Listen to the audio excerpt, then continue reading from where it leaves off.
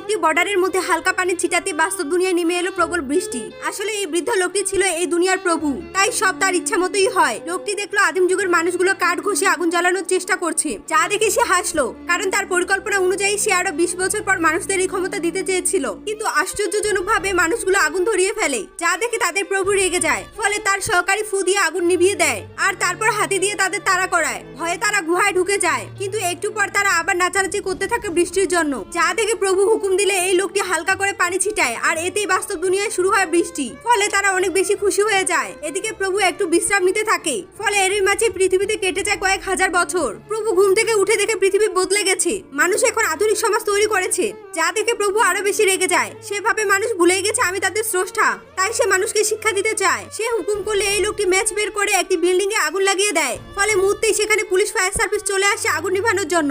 সব মানুষ তখন বাঁচার জন্য বিল্ডিং এর সাথে আশ্রয় নেয় এবং স্রষ্টাকে ডাকতে থাকে। এসব দেখে এই লোকটির দয়া হয়, তাই সে বলে, প্রভু আপনি এত যত্নে তাদের সৃষ্টি করে কেন আবার তাদের মেরে ফেলতে চাইছেন? তখন প্রভু অনেক রেগে যায় এবং বলে, মানুষের জন্য কোনো দয়া দেখাবে না, আমি এই প্রজাতিকে চিরতরে ধ্বংস করে দিব। আর এরপর সে কি করতে চলেছে জানতে হলে পার্ট 2 লেখা কমেন্টস করুন।